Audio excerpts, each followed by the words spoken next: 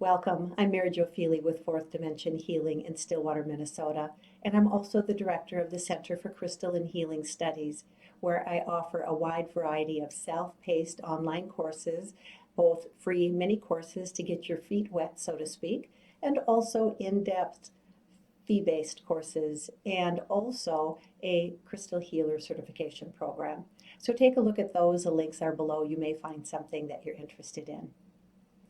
Today I want to talk with you a little bit about what does it mean to work with your crystals and gemstones. Now I use that term frequently, and if you've seen my other videos, I've used it. I say you're going to want to work with your stones. So let's take a look at what exactly I'm talking about. When we work with a gemstone or crystal, essentially what we're doing is setting an intention that the gemstones, vibrations, and frequencies and our vibrations and frequencies contained within our energy field, which vary all the time. We're humans. We're going in and out of balance all the time. When working with the gemstones and crystals for healing purposes, we can allow the stones' healing properties to help shift and resonate and rebalance and clear our own energy system. When working with gemstones or crystals, one of the first things you're going to want to do is make sure that it's clean. So here's an example of a piece of serpentine. So the first thing I want to do is I'm going to take a look. Is this physically dirty? Maybe I found a lovely stone when I was out for a walk, and that's the stone I want to work with. It may be that you need to get the grime off. Not all stones should get wet, so you're going to want to know the properties of the stones that you're working with. I tend to just wipe them off unless I definitely know that they're a stone that can handle being wet. Quartz is a stone, for example, that's fairly hard and can be rinsed off. So after I've cleaned the stone, then I'm going to want to cleanse the stone. Now, cleansing or clearing a stone is a process in which we are helping the stone to reset itself to its natural frequency and vibration. Now, I'm a firm believer that the stones actually don't really need human help to do this. However, there are times in the process of having worked its way to you that this stone may have been exposed to some stronger frequencies that may need it to have a little bit of assistance. It will happen naturally over time. I always like to make sure my stones are supported the best way I can. And in this case, we're going to cleanse or clear the stone so that it basically, as I said, resets itself energetically. This can be done several ways. We can use another stone to help reset it. Now here's a piece of clear quartz, a larger piece. This could certainly, we could put a few stones on it if we wanted to. Quartz has an amplification quality, so it can help reset the other crystals and clear any energies that may be affecting them. Another way would be if you were to light some incense and just move that stone that you wish to clear through the smoke of the incense. That works. Sound works beautifully. And it does not need to be with a set of tingshaws. It could be your voice through toning. Ah! Doesn't need to be pretty, just needs to be loud. It's the amplitude of the sound coming through that's helping the stone to reset itself. Whenever we're working with gemstones and crystals for healing purposes, it really comes down to intention. It's not taking that serpentine, sticking it in my pocket, and wishing for rainbows and hush puppies that it's going to fix me. That is not how it works. It is intentionally choosing to work with the serpentine, knowing the properties that it has that can support what I may be experiencing at the time that is a bit awry, and be able to allow its properties, its vibrations and frequencies to resonate with my own energy field to help shift. Because so much is based on intention, We can even clear or reset a stone simply by intention that through this process, in this case, waving a feather, perhaps just with hands, is another way to be able to do the clearing that can be really helpful.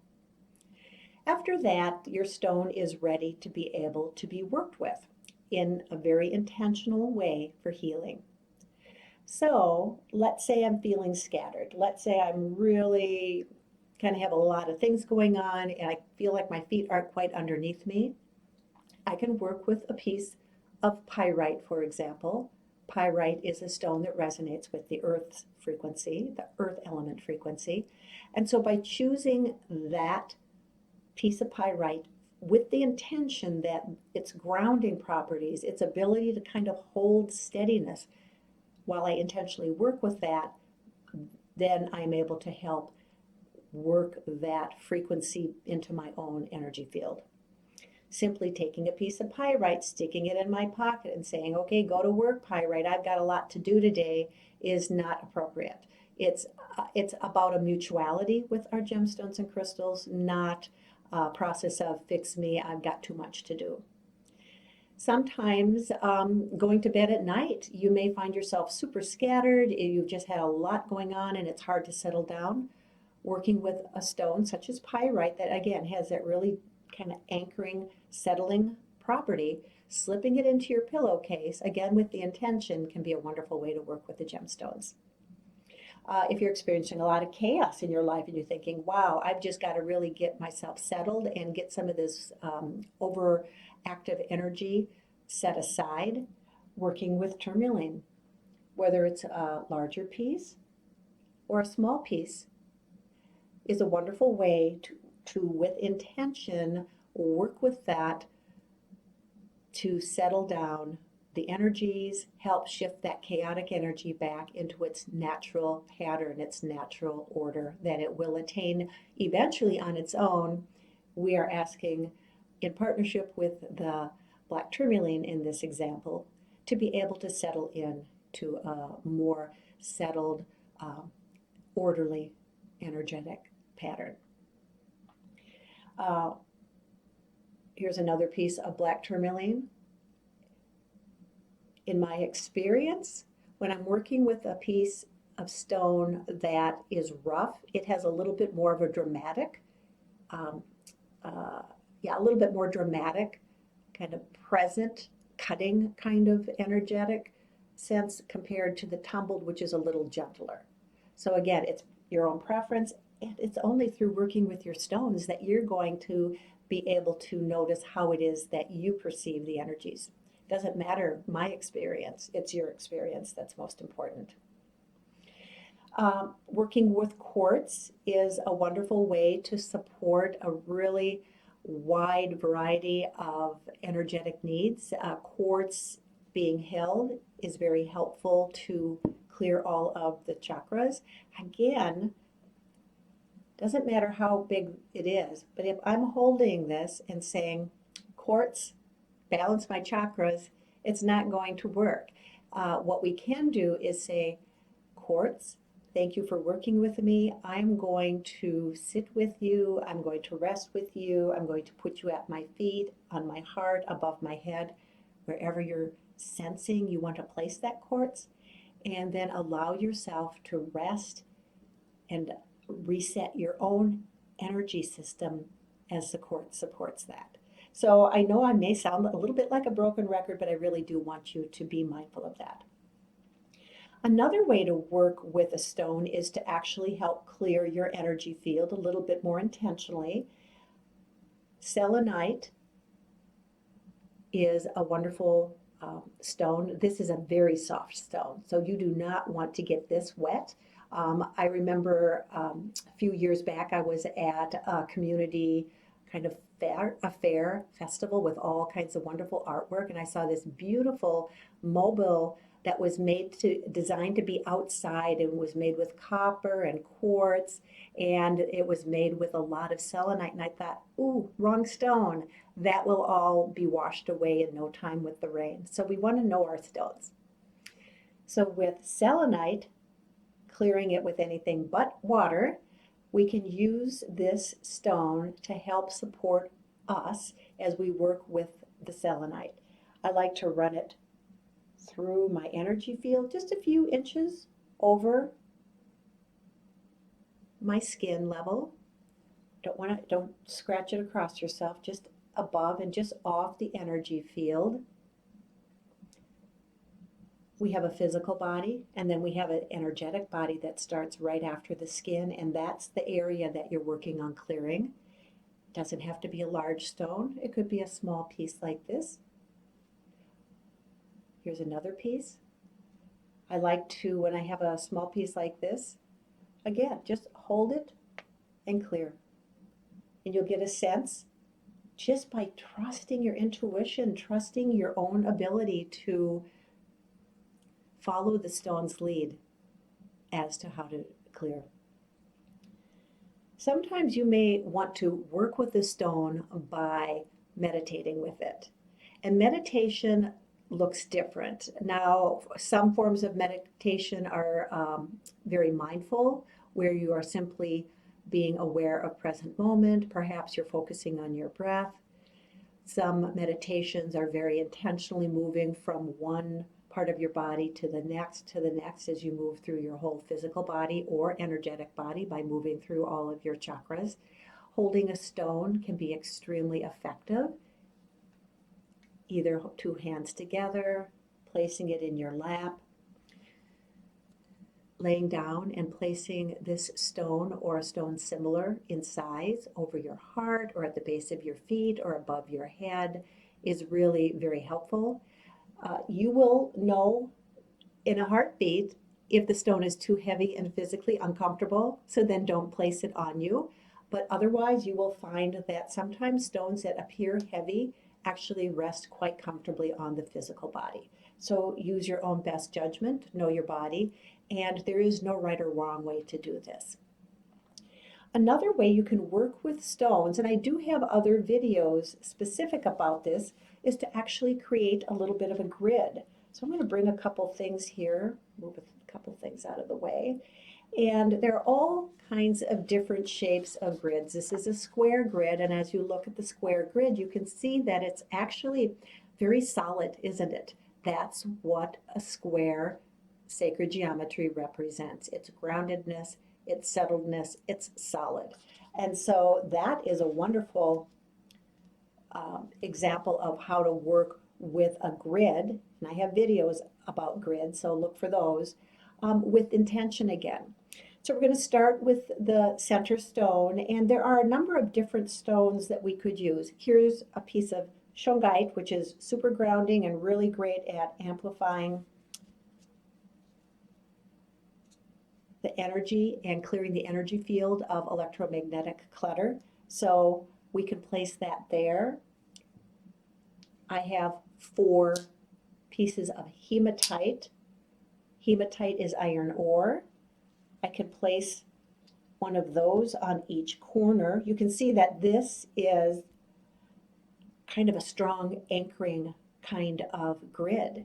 And then, if you've seen my other videos, and if not, go ahead and find them, we can activate that grid, whether we are going to use a piece of quartz to activate the grid, whether we want to use a piece of selenite to activate that grid, perhaps simply a finger touching or just above.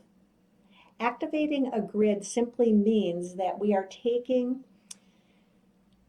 the stones energetically and we're knitting them together. So I start with the center stone and I come out, back to the center and out, back to the center and out, back to the center and out. I've connected all of those stones together, and with setting the intention, whatever it may be for this particular grid, it may be that I am working on some physical health issues and I really need to heal physically. This is a wonderful grid for that. It may be that I just moved to a new home and I'm trying to get reestablished in this new neighborhood, or I have just started a new job and I feel a little nervous about starting a new group of coworkers and relationships that involves. Working with a very anchoring grid. is just one of many ways that we work with gemstones or crystals. So I hope that you've seen that there is no right or wrong way to work with a crystal. You want to make sure your crystal or gemstone is clean physically, energetically reset. Again, stones don't really need our help, but we can certainly develop a mutuality with a relationship by supporting them to do that.